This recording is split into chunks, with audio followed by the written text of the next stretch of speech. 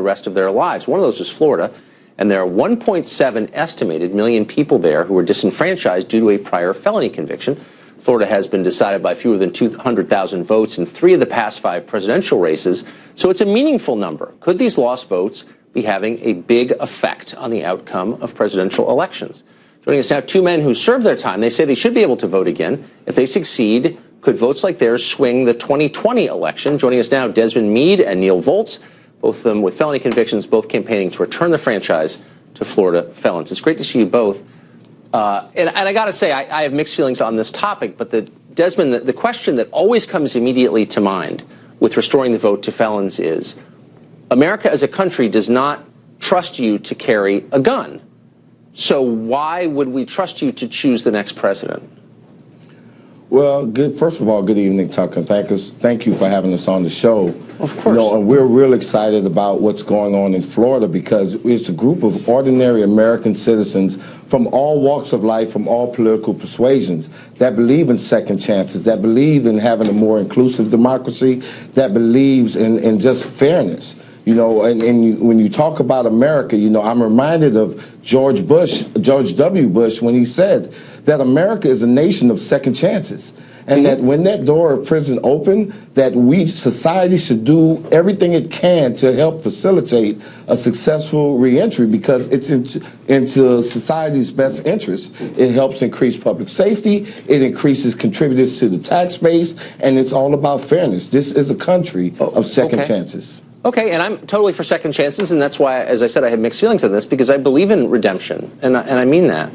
But you didn't answer the question, which is, if we don't trust you to have a firearm, or to serve on a jury, or to serve in the military, or to serve as a teacher, why would we trust you enough to make a decision as profound as who the next president is going to be? Well, let me take a crack at that, Tucker, and thanks a lot for having us on. We don't really have an opinion on that, but what I'd like to tell you is that according to the Florida Parole Commission, people involved are 3 times less likely to reoffend if they've had their voting rights restored. We think that's a huge deal. Why is that? It's a huge deal because, one, it proves that voter restoration helps stop the cycle of crime, which means we can have safer communities in Florida. It also shows that the individual who's trying to grasp at that second chance, something we're familiar with, that allows people a better opportunity to restore their families, to re-engage with their communities, get jobs. And we think that's a win-win worth focusing on. And that's what we're focused on right now because we think this will make for a better Florida. I think that's great, but it doesn't prove it, by the way. It's suggested, but I'm willing to believe it. But you're not answering the core question, which is this is not just about the felons. It's about the other 325 million people who live in this country who want the best possible government they can get. And I find it a little odd that the Democratic Party pushes so hard for enfranchisement for felons without ever answering the obvious question, which is, will it get us wiser, more capable political leadership? Well, Tucker, here's the deal.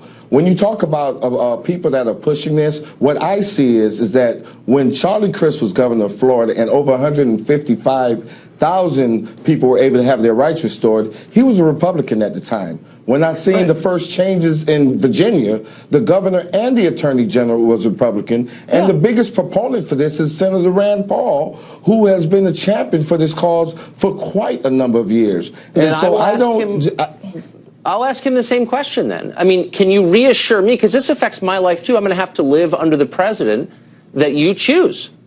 Well, and so will this make it more likely that we get better politicians? I mean, that's a fair question, I think. Well, that is the goal, right? We want to have a better society. And so for us, we look at those nearly 2 million people, those 2 million voters, and we're reminded that those are 2 million people, those are 2 million families, those are 2 million, stories. If you're a person of faith like me, those are 2 million sons and daughters of God, people with potential. And that potential right now, Tucker, is sitting on the sideline in far too many instances. And we want to help those people get back onto the game so that they can then help make us a better Florida. You're making me less sympathetic to your case, which I'm sympathetic to. I want to see, I had lunch the other day with a felon who's a good friend of mine. I want them back in society.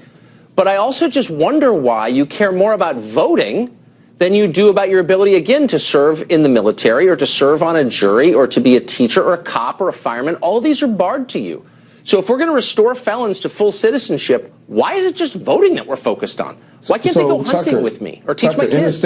In the state of Florida, they have what they call a single subject rule. You could only deal with one thing at a time. And so when you look at the state of Florida and where a person can lose the right to vote for releasing helium-filled balloons in the air, disturbing turtle nesting eggs, burning a tire in public, or even driving on a suspended license, and then once that person loses their rights, they have to wait 5 or 7 years after they have completed their sentence. But it's more than that, Tucker, because after they wait that 5 and 7 years, what we see here in Florida is that there's an additional 10-year waiting period. And so we're talking about making an American citizen wait over 17 years just to have a chance. And a lot of those citizens are veterans who have put their lives on the line for this country.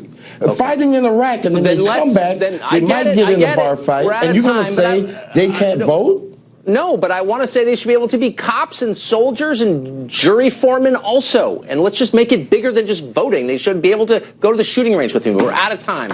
Gentlemen, thank you for joining us. Well, thanks, Tucker. We appreciate it. Thank you.